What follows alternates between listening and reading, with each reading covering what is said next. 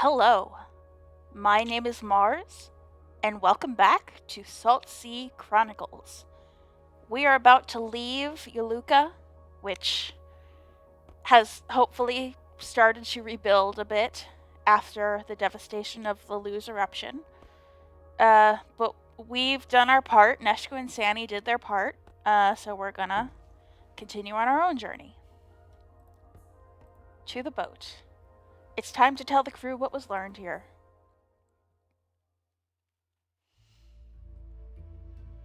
Let's look at the resolved issues. A vent feeder farm. Mope spots Neshko staring into the distance. That's not unusual in itself, but something moves her to approach him. Everything okay, friend? Neshko seems to wince at her words. Thank you, Mope. A moment. Mope feels no need to rush him.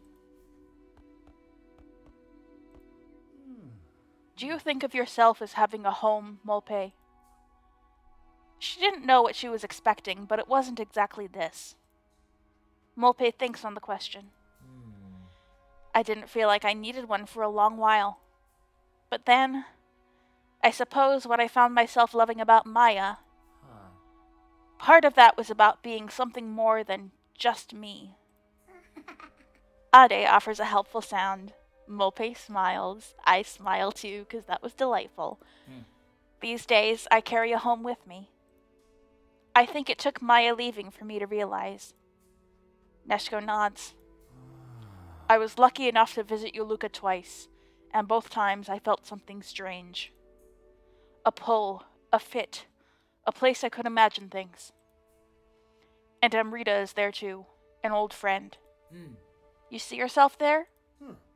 I think I'd like to create a refuge. Tend to harmed and unwell creatures of all types. Mope nods. I see that for you. They sit together in comfortable silence. Once our work here is done, I guess. Oh, another issue?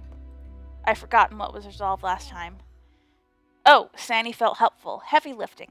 Sani sighs, a little forlornly. Everything all right, kitten? I suppose. Tough out there?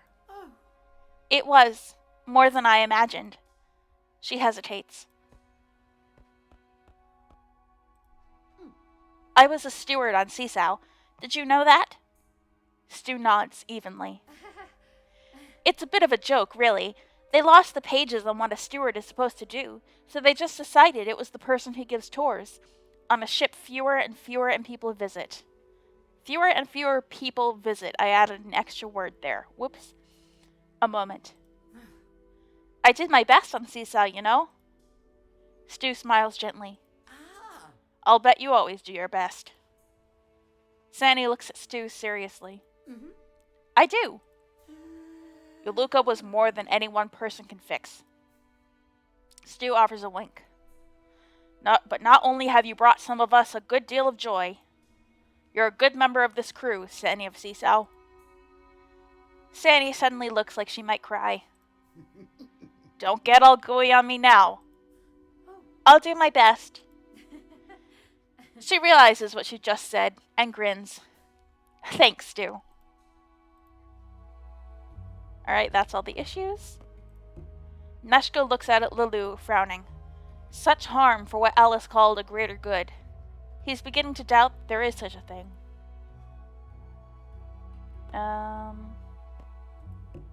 Merle sits in his now regular spot for quiet chronicle writing.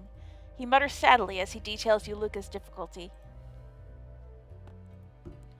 Against the smoggy backdrop of Yaluka, it's easy to see how warm and easy a home Kelpie has become for the crew. Alright, let's check in on these two, who always look like they're cuddling, even though they're not together yet. 3 words. Oh?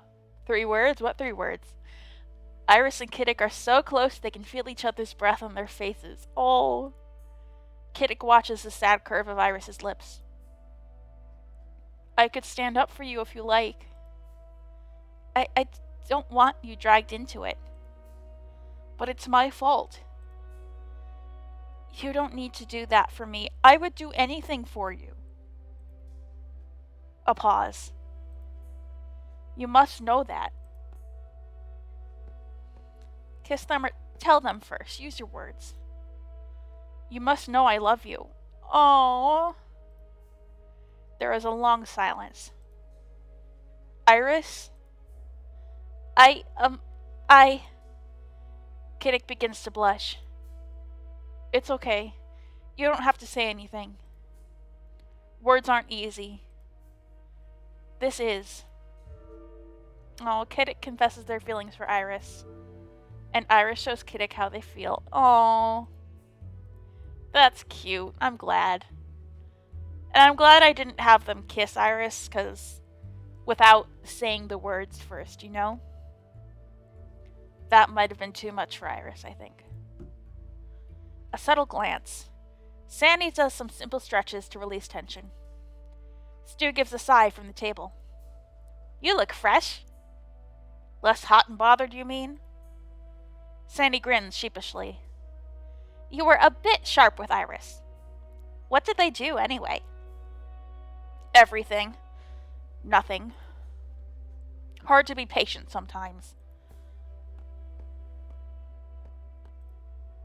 Maybe I can help? Lead you through some stretches? Stu laughs. Miguel always tried to get me to do that kind of stuff. I keep slipping over my words. I'm sorry. Did it work? Never found the time. Preferred diving. And lots of kids, right? See them much? Mostly. One of my kids kind of resents me. Not sure what I did. Stu sighs. Maybe I am being too harsh. Maybe Iris doesn't need you to hold their hand? They do have someone else. Ah, yes, the dizzy, immature stowaway. What a pair. Maybe they'll help each other?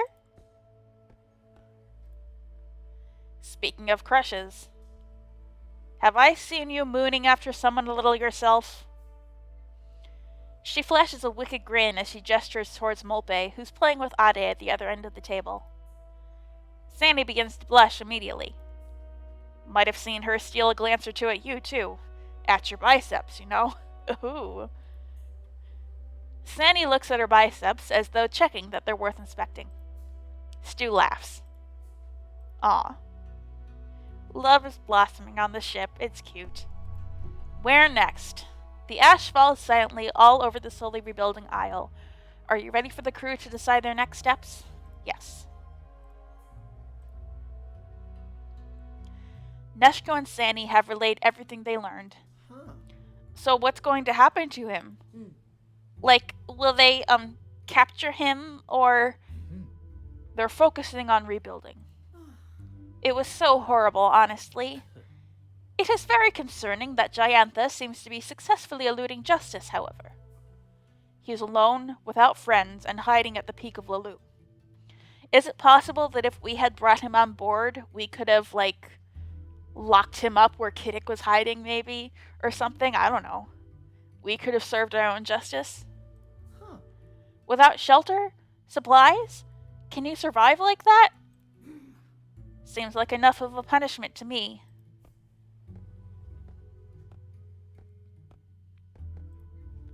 Stu nods. I get the sense he needs people. In a twisted sort of way, you know? He does seem like the sort who needs an audience. Right, he's lonely. I'm not really ready to feel sorry for him right now. But what was he actually up to? What did he want? He was trying to get something from the dig. Sandy nods. He snatched something from Alice. Really, really old. But why? And how does Kays fit in? Him and Kays, there's something there. A rivalry, a struggle for control. They're definitely connected somehow. Like us. Everyone looks at Iris. You know, we're connected to Kays through Maya. The silence is heavy. Ade laughs happily, playing in a world of their own. Baby noises. So, what next? His plans all seem to lead to destruction. We must find a way to thwart them. And rescue our friends. Hey! Plots and schemes, I don't care. I just want Maya back. We find Maya by finding K's. It's one mission. There are nods all around the table. Agreed. So where next? The Light is still a reliable repository of accurate nautical charts. Accurate is a strong word.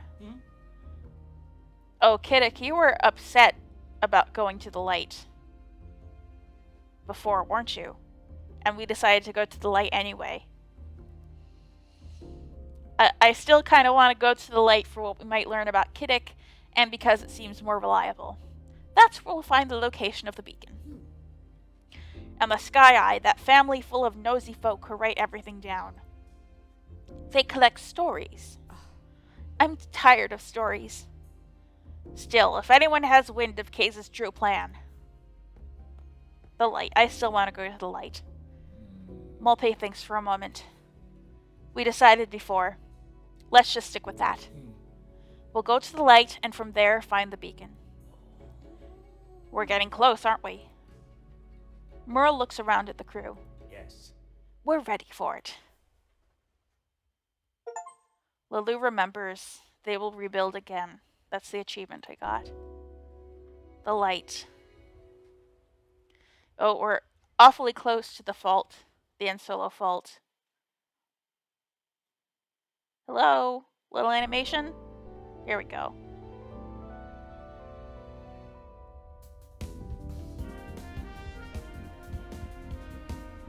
This is such a delightful, way to, bookend the chapters.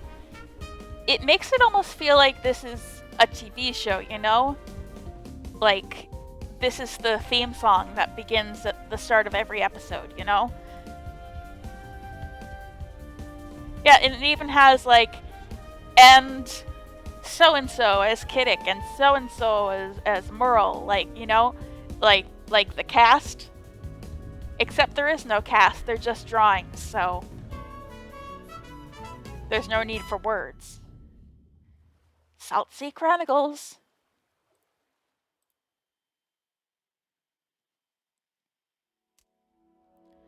The crew are now ready to set off to uncover the definitive bearings for their missing captain. They're close now, with just a little more information needed. Alright, so are there 10 chapters? I thought there would be 5. It's gone on quite a lot longer than I thought. It looks like this is nearing the end, and it'll be 10 chapters. There's the silent sails. Is that what it's called?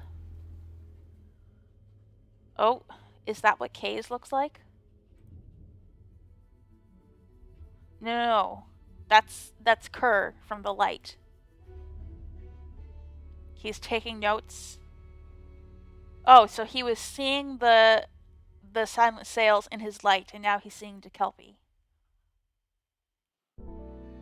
I see.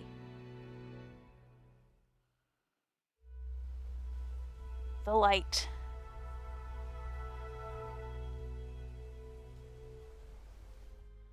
Okay, we're gonna decide who goes now.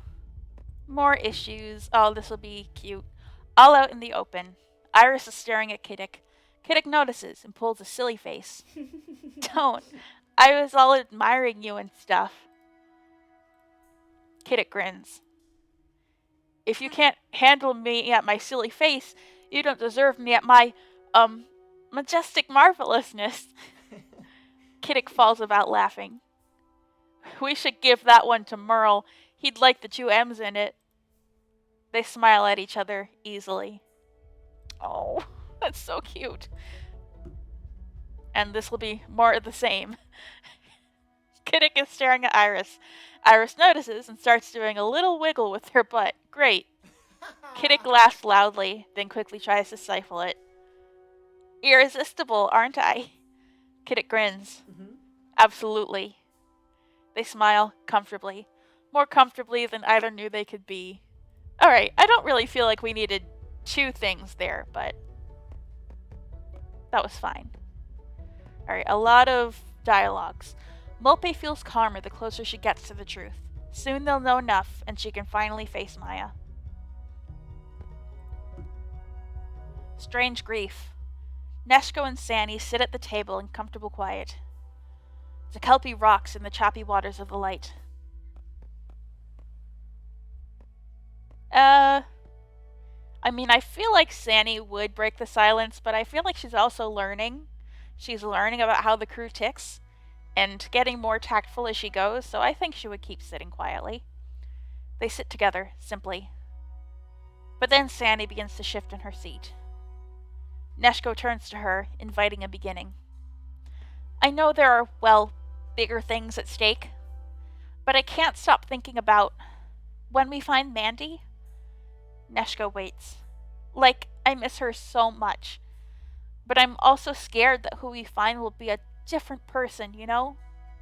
As if I won't actually recognize the person I miss in her, and then I'm just going to have to keep missing her. Forever. Grief is not just for those who are sunk. It can be for people we were, and for people we loved who became something else. I imagine others miss a version of me that no longer is. So you just, learn to live with it? Neshko nods. Sani turns to look out one of the portholes. Right.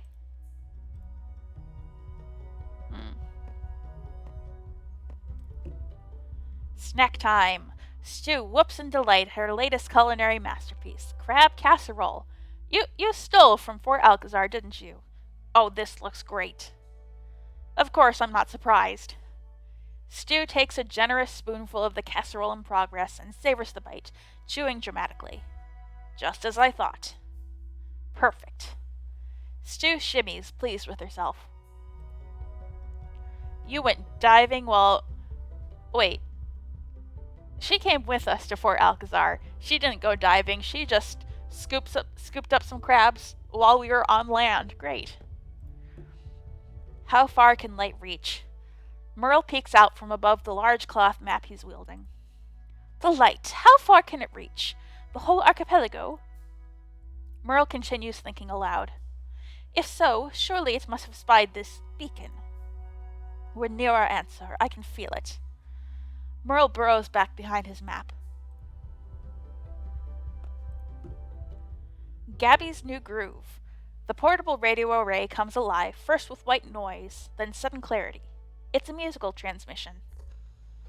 It's been a while. Gabby here. Bringing you all a new song. Enjoy. Oh, that wasn't even sung. Let's listen. That wasn't sung. This is the song. Clouds are parting, clear as new sky. Though not as blue, they lift my sight to face the day. No one is listening. That was beautiful. If I do say so myself. Favorite things. Iris and Kittick lie side by side, sharing their favorite things about Tekelpie. It's so cozy. And I wired most of the permanent array myself. It holds us up and keeps us warm. Tell me your absolute favorite thing, though. The best bit. Iris smiles. Okay. Probably, do you know my favorite part? Iris turns to Kittick. Tell me. You. Iris lets go of Kittick's gaze, blushing. Stew's cooking is a really close second, though. Iris bursts out laughing. Aw. Well, I wanted to know what Iris's favorite thing was. Ooh. These are really cool. Plankton, maybe? They don't look like fish. Algae? The ramshackle light looms high overhead, the bright beam flickering in the storm. Are you ready to disembark? Yes. Okay. Light the way. Kittick has just finished confiding in the rest of the crew about their connection to the light. They take a deep breath. So, yeah, I was Kerr's apprentice. I don't understand. Why did you leave? Kittick is staring determinedly at the floor. It's difficult. Speak up. Iris takes Kittick's hand in theirs and gives it a squeeze. He wasn't happy when I left. Molpe narrows her eyes. Why? I said some things that maybe I shouldn't have. We've all done that. You were his apprentice for a year, correct? You had surely earned the right to speak your mind. Some people can't handle straight talking. Kerr, is it? Kittick nods. Well, sounds like he's old enough to know better.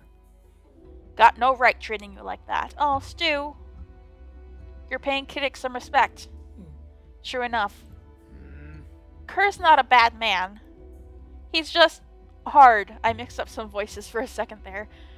I was doing Kittick's pitch with Stew's nasally timbre, you know? He holds grudges. Sometimes I thought he had a grudge against the whole world. Well, that's no way to be.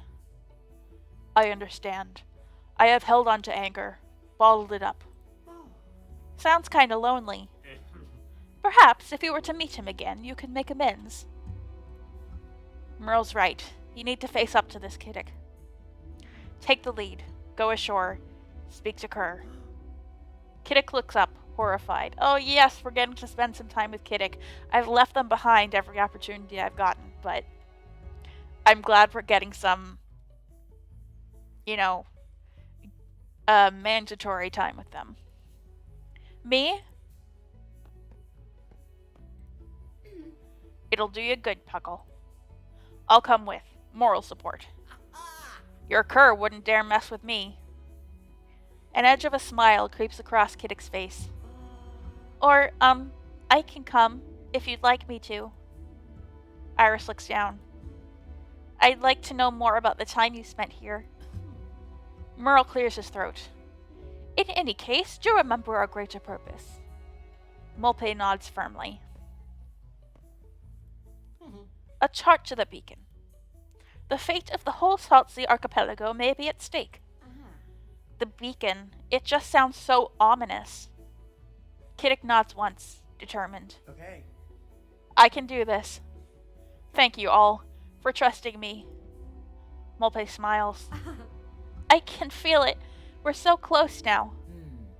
We'll be ready when you get back. We'll stop whatever harm is coming. Kittick offers a burgeoning smile. Together. Alright, let's read about the light first. Mapmaker Kerr led the building of the light over 40 years ago. A patchwork stone tower, the light is much repaired and make-do. The top of the tower has a complex contraption of lenses and gears to amplify the light, the provenance of which is kept secret by Kerr. Kerr speaks Pata, but prefers not to speak at all. Alright. Kittick has revealed that they were apprenticed to Kerr, but left in some kind of dispute. He wasn't happy when I left. Okay. So, this is just gonna say things that have already been said. Iris leaps to Kittick's defense, ready to accompany them, but does Kittick want Iris to see their past in this way? I'd like to know more about the time you spent here. It's part of you, Kittick. Stew has decided it's time to make amends with Iris and get to know Kittick better. Yes. Your Kerr wouldn't dare mess with me. Yes. I think I'm gonna go with Stew, because as adorable as it would be to have Iris and Kittick together on a whole island, that would be lovely. I think that it'll be better for Iris to let Stew go and spend some time with Kittick, which might help mend the gap between Stew and Iris in the process. As it says here, she wants to make amends with Iris, and this is how she's doing it. So this is definitely what I want to do. We're going to go with Stew. Kittick and Stew. Alright. A dark beauty. A school of iridescent sea dancers swim in harmony just below the sea surface. These are the lovely creatures that I noticed before. Tiny bioluminescent marine insects, occasionally known to rise to the surface and dance in shimmering shoals. Wonderful. Been some years since I saw sea dancers. Kittick looks at Stew. You've been here before? Stu is transfixed. Oh, I've been everywhere. Diving. I always wondered how they managed to move so, together. When you see them from below, it almost seems like that's how they talk. I'm not sure, really. A pause. I used to find the harmony really relaxing. Beautiful. Stu sits with the silence, waiting to see if Kittick wants to say more. It's just, well, you'll see. Stu pats Kittick on the shoulder. Okay, kitten. Aw. Seeking the lost. They pause by a smooth rock face, almost completely covered with messages written in colored oil pastels. Messages. From the loved ones of missing folk. You can see all the way across Saltsea from the light. Some people mark lost folk at the Grace, but others come here. The ones not ready to let go, Kerr said. We're gonna consider it. I didn't know folk did that. Why would we be closed off between these two? We're trying to mend wounds. I've marked my fair share at the Grace. But I knew what happened to those folk. I can see that if you don't know. Stu frowns. She's thinking about Maya. Kittick touches Stu's arm lightly, and Stu breathes out a long sigh. I don't know, kitten. Stu places a hand on the smooth rock face. I hope these people were found. One way or another. Let's get out of this rain. The rain, warm and brown-tinged, is relentless. It falls in daggers. Oh, look at those birdies. What's the plan? Stu looks at the rowing boat and then over the dark sea. She shields her eyes from the driving rain. Wouldn't want to be diving in all this. Stirs up all sorts. What's this chap called again? The Keeper of the Light? Stu raises her eyebrows at the fancy title. Oh, Kerr. He made you call him that in full, did he? Kittick blushes. No. He has a map for us? Kittick nods. If anyone does. You can see so far up there. Kittick looks up into the thick clouds. On a clear day, that is. And he does like a ton of research. Stu nods. Come on then. Let's go find the Keeper of the Light. Let's enter. Oh. Nightberries. Quite a find. Kittick stops by a nightberry bush. It's obvious they're just stalling for time. Nightberries. They grow in the spaces between rocks. A fat, sweet berry which can cause vivid and delightful dreams, favored by dream sailors. Which both of you are, you can bond over that. They help you dream more vividly. Is this how you found your dream sailing? Kittick smiles and nods. Maybe I would have learned quicker at the Grace? Or maybe it wouldn't have suited you, learning the way they teach. A pause. I don't think I said a proper thank you, you know? To get to my age and have a random stowaway teenager? Stu laughs warmly. A random stowaway teenager show me I can dream sail? Well, it was a shock. All of it. And I don't think I've been fair to you. Either of you. Kittick doesn't know what to say. You bring out the best in Iris. Stu smiles, and then plucks a nightberry and pops it in her mouth. They don't taste bad either.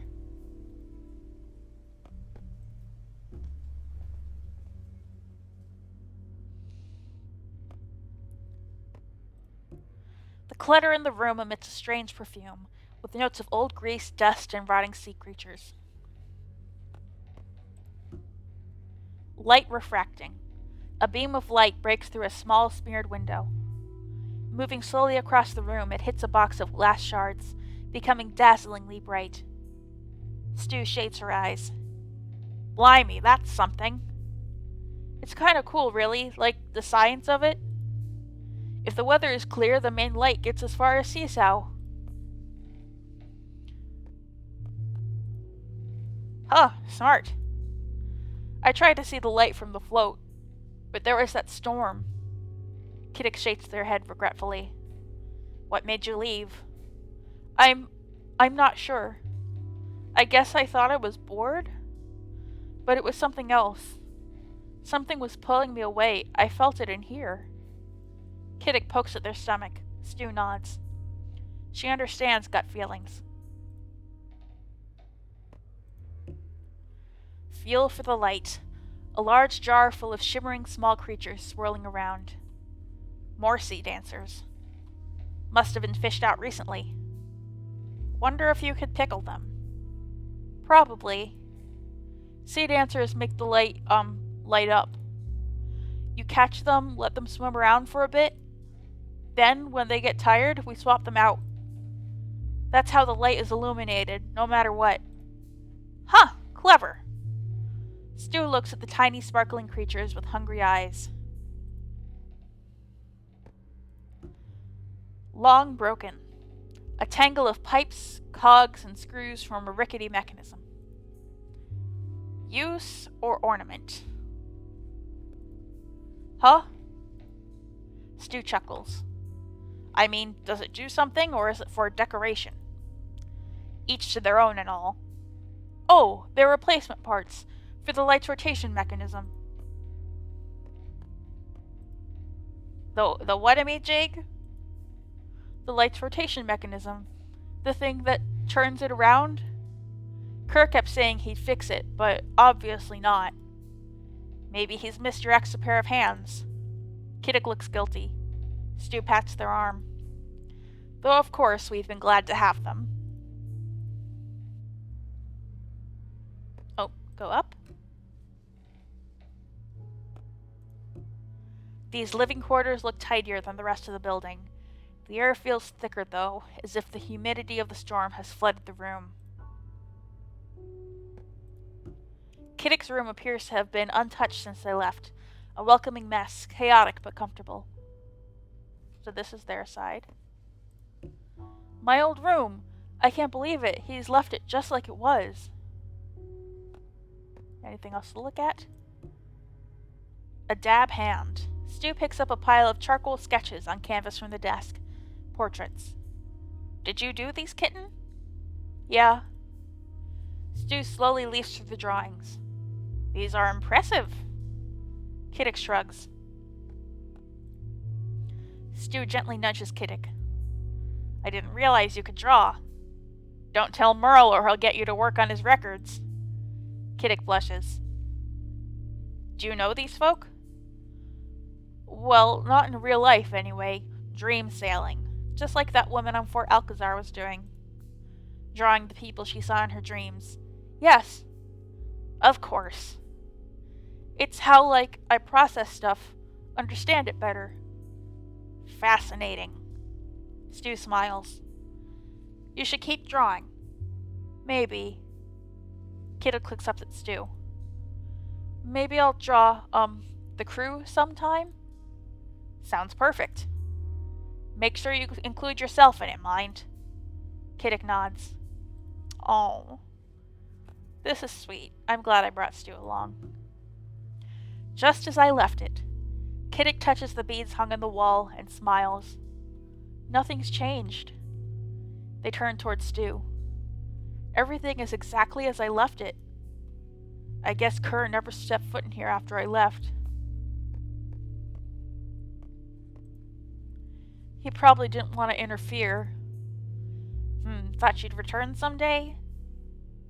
Kittick doesn't know how to feel about this. Sorry, kitten, I didn't mean... No, it's... Kerr was a good teacher. The light was a good home, you know? Until it wasn't. Stew nods. The room feels like you, anyway. Kittick flushes. How do you mean? Fearless. Vibrant. A touch chaotic. Kittick laughs. Thank you. Chaos does sound a bit better than, messy. Messy. I would never. Stew and Kittick laugh together. Oh. A gift from the past. Kittick and Stew look at some tiny models made of seashells and pebbles. Huh. What are they supposed to be? Sea animals. I made them with shells. Got them from the cracks in the rocks. Then painted and glued them together to make a present. A very impressive gesture. Thank you. Didn't know he kept them. Seems he liked them. Kerr doesn't show feelings much, just grumbles. Kittick pats the seashell figurines on their heads before moving on. Dream sailing space. Sorry. A soft rug is spread neatly underfoot. Oh, that looks very inviting. Kerr's favorite thing. Got it in exchange for a huge old cogwheel. He's good at trading. Celeste had one like that over on Yarfy Roost. Is it for dream sailing? Yes, it is. Kerr and I met dream sailing. And you hit it off, looks like? He needed an apprentice. And you needed an adventure? Kittick's bouncy energy dims for a second. Stew changes the subject. Lucky I have you to teach me dream sailing now, kitten. And the almanac. That old thing. Beside the neat bed, there's a battered copy of Peeble Von Dre's almanac. Stew spots it and, not in the mood to hear someone comment on Peeble, surreptitiously tries to kick it under the bed. Unsuccessfully, it makes a loud clanging noise as it hits an empty pot. Kittick glances at Stew for a moment, then moves on. Alright, will we meet Kerr up here? Ooh, after that cough, I need a sip of tea. There we go. Okay. There he is. Oh, there's even further up to go. I'm guessing he won't let us go up further, though, until we talk to him. The room is cozy and warm, but the rumble of the storm outside makes you want to touch the walls to check how sturdy they are. Bravo, echo, echo. The faint hum of a radio crackles with a message. Request assistance. Yaluka. The radio message alarms Kittick. Yaluka, will Lou exploit it again? Stew raises their hand for quiet so they can listen. Sturdy timber. They're asking for materials, I reckon. We couldn't have helped with that, kitten. Phew. Hope the message gets to someone who can. Kittick nods firmly. Hello, Kerr. The wanderer returns. Kerr stares at the fire, not turning around. Sailed back to home port, have you? They take a breath. Calm seas, Kerr. Not much chance of that, not for any of us. The fire crackles as the rain beats against the walls of the light. Got something on your mind? If this is about caves, you need to tell us. Kerr shakes his head sadly. Fault's getting wilder.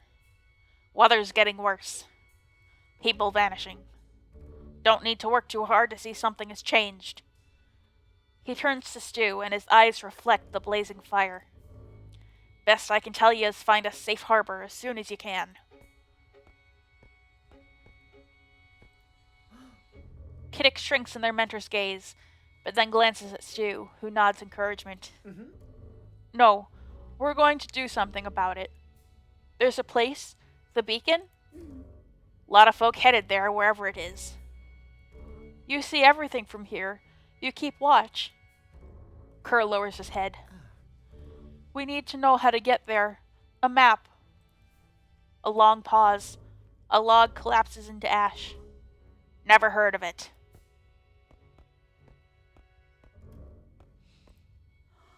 We heard you were the best map maker around. Can't be that good if you don't know. Or are you hiding it from us? There is no map.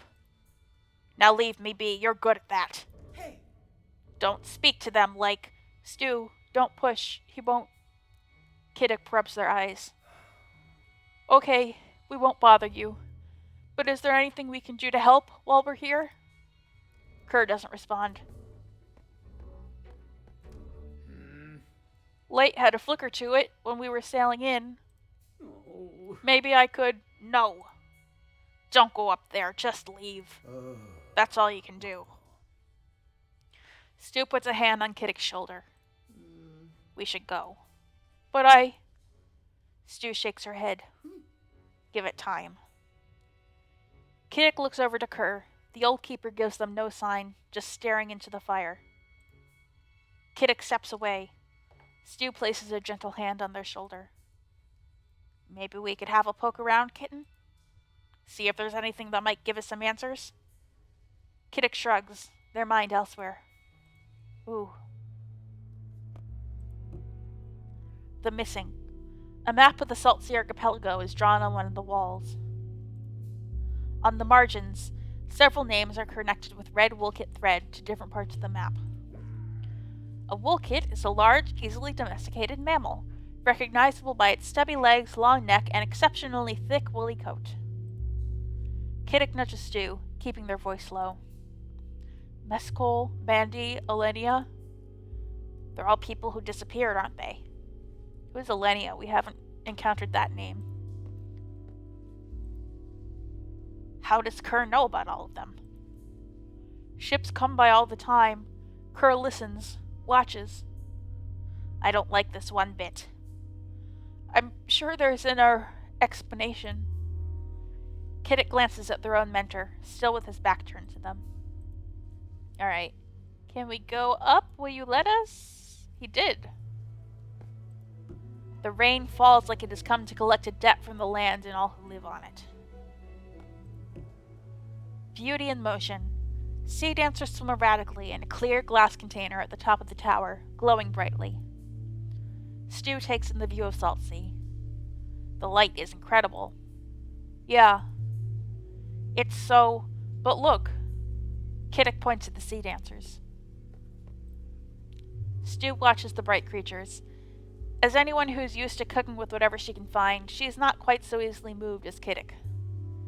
This view is only possible because we put them through that. Do they suffer? We don't know. That's the point. They should be out at sea. What's the alternative? I don't know. Don't you need a light source up here? Yes, but look. Just because we don't have a solution doesn't mean it's not a problem. Stu nods. I suppose so, kitten. Stu turns back to look at the sea. Kittick crosses their arms tightly. A gust of wind brings a squall of heavy rain. How it works. The heavy rain beats down on the mirrors and lenses, all-encompassing. These are what allow us to see so far. What was that, kitten? Oh, 'cause it's raining. The mirrors reflect our light source through the lenses, which magnify our view and allow us to... Right, Kittick, can we go back inside, please? The light's magnificent lenses, impossible to craft by contemporary means. Replacements must be salvaged. The light scope. Sorry, sure. Kittick doesn't move. What's causing this flicker? Stu's groan is swallowed up by the sound of the rain. Alright. Go back. Nothing else in here. I want to have a good thorough look around before I end the episode. Nothing else down here. It's all up here. If there's something to be found, I would rather look at the logs, because I doubt he would be hiding one of Kittick's paintings. Keys to the path. Kittick spies a hefty volume tucked away in the corner. Kerr's logs. That's gotta be something. They gather it up and begin turning the pages. Each is filled to every corner with minuscule, spidery writing. I can't make out a single word. And it's all pencil, obviously, so it rubs away eventually. Seems an awful waste of time. Tracking all the ships. Bit of an obsession for him, is it? Kerr always said it was boring, sure, but sometimes boring things save lives. Know where the ships are, know where to look when they go missing. They stopped turning pages suddenly. Got it! What? Mm-hmm. This has to be Kay's ship, 3 days ago. Indigo sails, bearing west by northwest, destination Beacon? The Beacon! He lied to us? The secretive little puckle. Do you think he's in on it? Oh no, no. Kittick's shoulders fall. I don't know. I think he's upset with me because I, left. Everyone gets to choose their place. Maybe, but he's all alone. There's no one to look after him, no one to take over his work. You can't take on everyone's troubles. I abandoned him. All he wants to do is help people. Kittick rubs their eyes. I've got to do something to make him understand. Show that I care about him. About the light. He doesn't trust me anymore, so I've got to show him. Mm-hmm. And maybe then he'll give us the map. Stu frowns. That's a rocky path. Trying to get through to someone, they've got to be open to it. Kittick's shoulders sink. But how? Mm-hmm. Let's keep digging, kitten. Find some inspiration. Kittick nods. They move on. Alright, the painting. The apprentice. Oh, it's a painting of them! Kittick spots a tiny sketch of them and Kerr on the wall. Kerr looks the same, but Kittick is much younger. I remember when he drew this. Oh, he drew it. It wasn't long after I agreed to apprentice. I was so excited. And Kerr, well, you saw him. He was always stern, but kind too, and I can make him laugh. Their face falls. Something went wrong, and they don't know how to fix it. Stu gives Kittick's shoulders a squeeze. People move on. You've got to find your own following wind. Kittick shakes their head. But I don't have any idea what that is. At least when I was here I had purpose. It wasn't right for you. Seems like you know that. Kittick takes a deep breath. The sea dancers that power the light? Stu nods. We caught them in jars, squeezed them in, trapped them, watched them fade over time. We did try to put them back, but some died. Not all of them, but enough.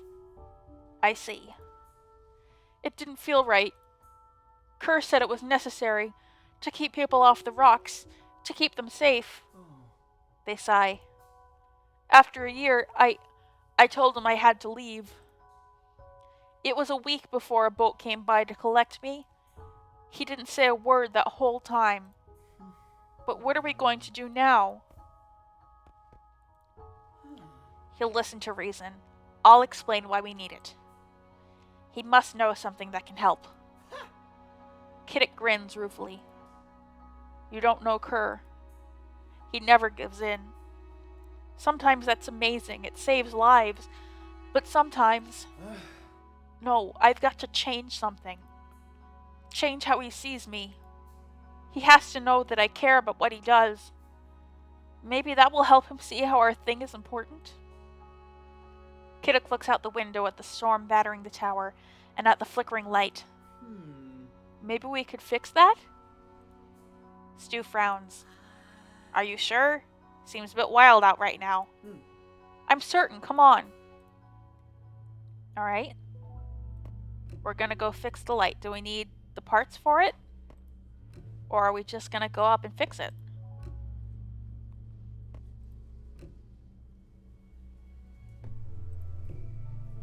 Just a twist.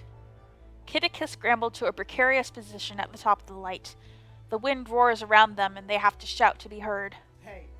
Up there! I can see the problem! Hey. Not in this storm, you can't. It's simple. Just need to realign the lenses and the light'll be fine. Just wait until the storm dies down.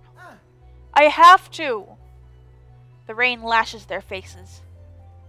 For your Maya, and for Kerr. Oh, they just fell back. They put a practiced hand on the ladder and hoist themselves up. No! The old keeper is rushing over, but Kittick has already climbed out of reach. Stew shifts uneasily. Come back, right now! Kittick lets out a whoop, or is it a scream? I'd forgotten! Despite Kerr's admonition, they keep climbing. Reckless, reckless child. They seem to think they know what they're doing. Stew's brow furrows. Don't they? Kittick has reached the lights machinery and is working at the complex series of lenses. It's fine, I've got it. The light flickers, then steadies. The wind howls louder. See? You just needed a little help. I need you down here. Called by the glow of the light, a shoal of sea dancers has risen close to the surface of the roiling sea. They glitter in the waves. Stew turns to look. Oh, you're right. They're beautiful. They need to be free. What? I can't hear. Come back down, please. Kittick cranes to look and then sees the astonishing sight. It's beautiful, wild, breathtaking. They laugh with joy, and as they do, a huge gust of wind joins the laughter, roaring across the sea, catching Kittick in their moment of wild reverie. Stew's gasp of horror is taken by the storm. No! Uh-oh. Oh no! Ah! Oh no! The storm abates. The unthinkable. The dark waves beat against the rocks of the light. Kittick is nowhere to be seen. Oh my god. Oh god, are they dead, first of all? Second of all, what a beautiful sequence that was, and done entirely through text and a little bit of music. That entire sequence was gorgeous. Wow. No! Kittick!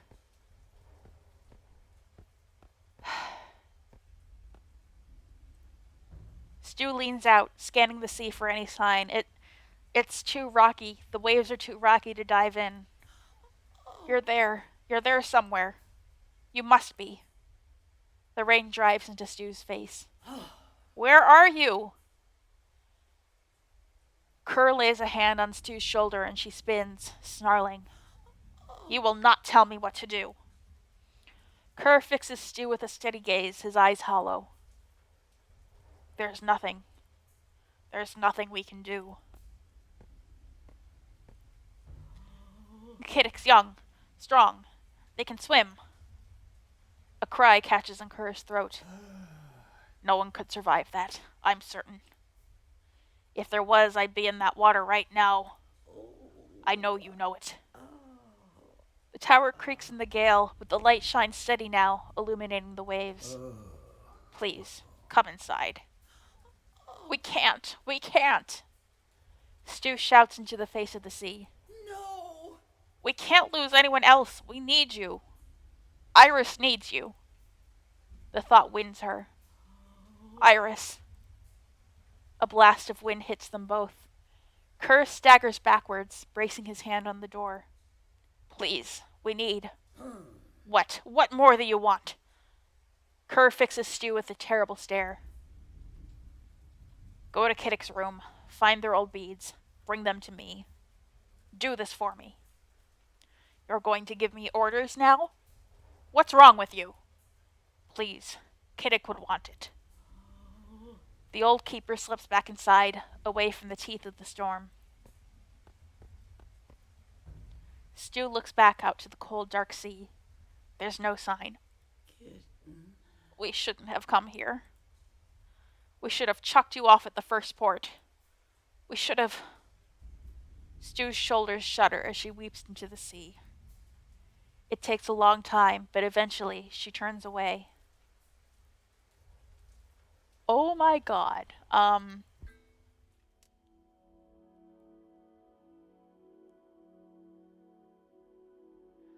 This, oh boy. What a place to end it.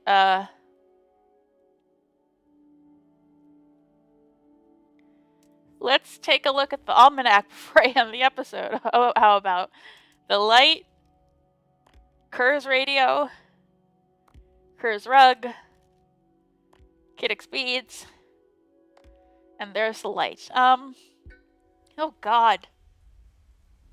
Oh, that's horrible. What a horrible place to end the episode, but it's getting long, and we're almost at an hour. God, that was a beautiful sequence though. So tense that I wasn't sure that something was going to happen, but then it did. But it kept that tension up right until the last second. Wow. Um I mean, hopefully Kerr will help us find the beacon now. God, I wish it hadn't taken that, but we'll talk to him some more next episode. Until then, I have been Mars, and I will be back with more Saltsea Chronicles.